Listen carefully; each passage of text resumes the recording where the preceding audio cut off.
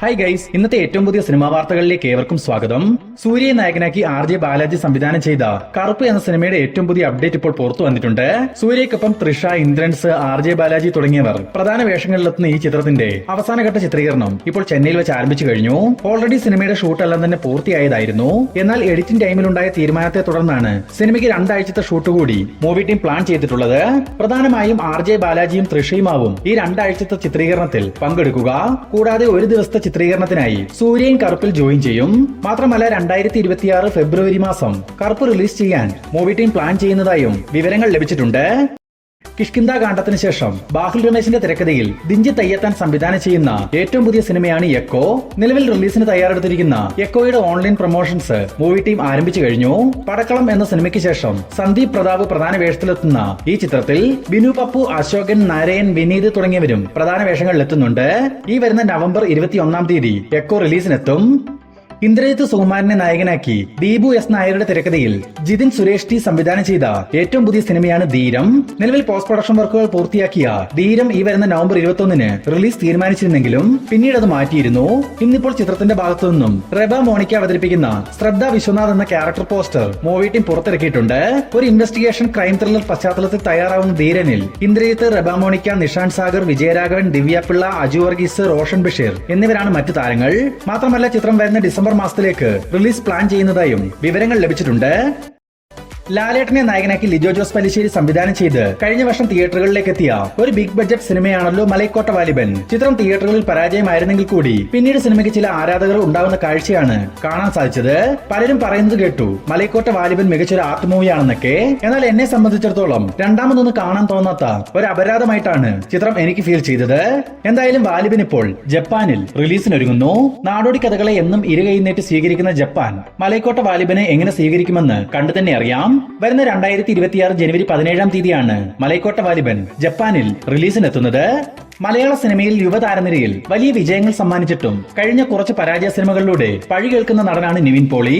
എന്നിരുന്നാൽ പോലും അദ്ദേഹത്തിന്റേതായി നിരവധി സിനിമകളാണ് അണിയറയിൽ ഒരുങ്ങുന്നത്.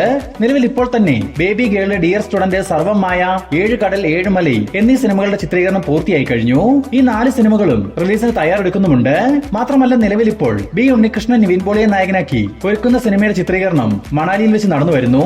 ഇതിനിടയിൽ നിവിൻ പോളിയുടേതായി ഒഫീഷ്യലി അനൗൺസ് ചെയ്ത ചില സിനിമകൾ ഡ്രോപ്പ് ആയെന്ന തരത്തിൽ ഒരു ന്യൂസ് നമുക്ക് ലഭിച്ചിട്ടുണ്ട്.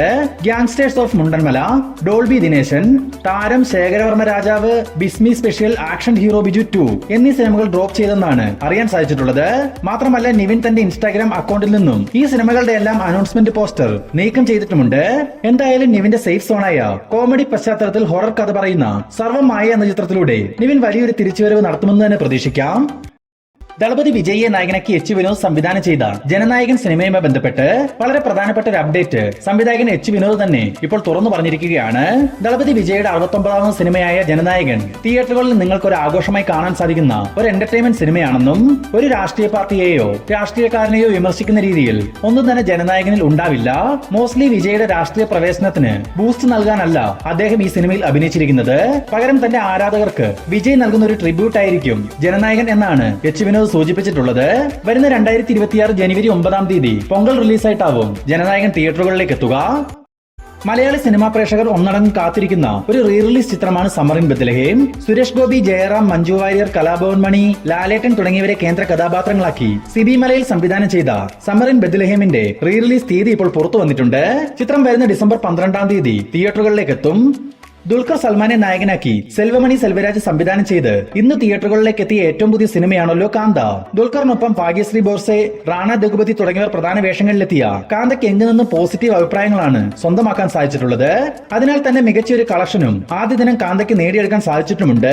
ഇനി ചിത്രത്തിന്റെ ആദ്യ ദിനത്തിലെ ഡീറ്റെയിൽസ് കളക്ഷൻ പരിശോധിക്കുകയാണെങ്കിൽ തമിഴ്നാട്ടിൽ നിന്നും ആദ്യ ദിനം 2,50,00,000 രൂപയും, കേരളത്തിൽ നിന്നും 1 കോടി രൂപയും, ആന്ധ്ര തെലങ്കാനയിൽ നിന്നും 2,20,00,000 രൂപയും, കർണാടകയിൽ നിന്നും 30,00,000 രൂപയും, റെസ്റ്റ് ഓഫ് ഇന്ത്യയിൽ 35,00,000 രൂപയും, ഓവർസീസിൽ നിന്നും 1 കോടി രൂപയും ഈ ഒരു സമയം വരെ സ്വന്തമാക്കിയ കാന്തയുടെ ആദ്യ ദിന വേൾഡ് വൈഡ് കളക്ഷൻ 8 കോടി രൂപയോളമാണ്.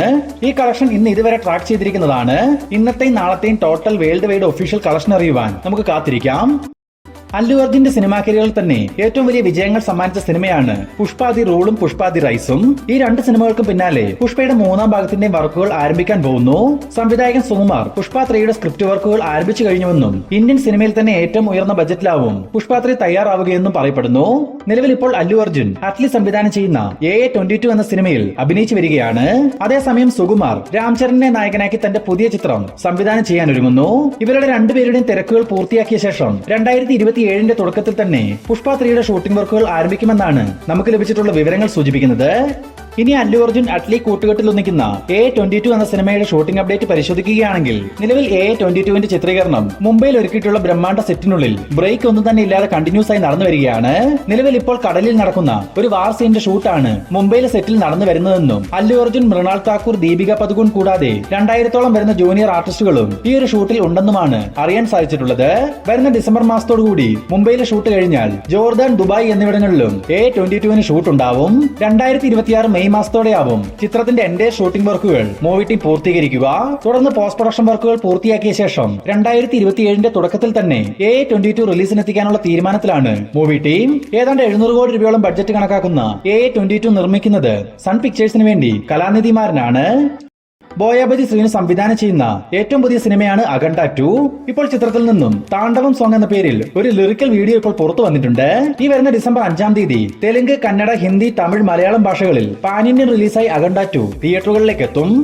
ആക്ഷൻ കിങ് അർജുനെയും ഐശ്വര്യ രാജേഷിനെയും കേന്ദ്ര കഥാപാത്രങ്ങളാക്കി ദിനേശ് ലക്ഷ്മണൻ സംവിധാനം ചെയ്ത ഒരു pan Indian psycho thriller investigation സിനിമയാണ് തീയവർ കൊലൈ നടുങ്ക്. മലയാളത്തിൽ ചിത്രത്തിന് മഫ്തി പോലീസ് എന്നും പേര് നൽകിയിട്ടുണ്ട്. ഇന്നിപ്പോൾ സിനിമയുടെ ഒഫീഷ്യൽ ട്രെയിലർ മൂവി ടീം പുറത്തുവിട്ടിരുന്നു.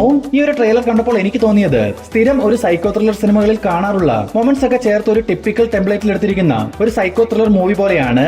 എങ്കിലും നല്ലൊരു തിരക്കഥ സിനിമയ്ക്കുണ്ടെങ്കിൽ ഈ ഒരു ജോണർ ആയതുകൊണ്ട് തന്നെ ചിലപ്പോൾ ഈ സിനിമ മികച്ചതായേക്കാം. എന്തായാലും കാത്തിരിക്കാം. അർജുന്റെ ഈ പുതിയ സിനിമയ്ക്കായി വരുന്ന നവംബർ 21-ന് പാൻ ഇന്ത്യൻ റിലീസായിട്ടാവും ചിത്രം തിയേറ്ററുകളിലേക്ക് എത്തുക.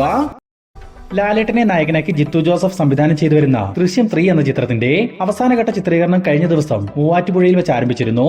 നിലവിൽ നമുക്ക് ലഭിച്ചിരിക്കുന്ന അപ്ഡേറ്റുകൾ പ്രകാരം ഈ നവംബർ മാസം തന്നെ ദൃശ്യം 3യുടെ പൂർണ്ണമായ ചിത്രീകരണം പൂർത്തിയാവും. തുടർന്ന് 2026ന്റെ തുടക്കത്തിൽ തന്നെ ദൃശ്യം 3 റിലീസ് ചെയ്യാൻ മൂവി ടീം പ്ലാൻ ചെയ്യുന്നതായും അറിയാൻ സാധിച്ചിട്ടുണ്ട്.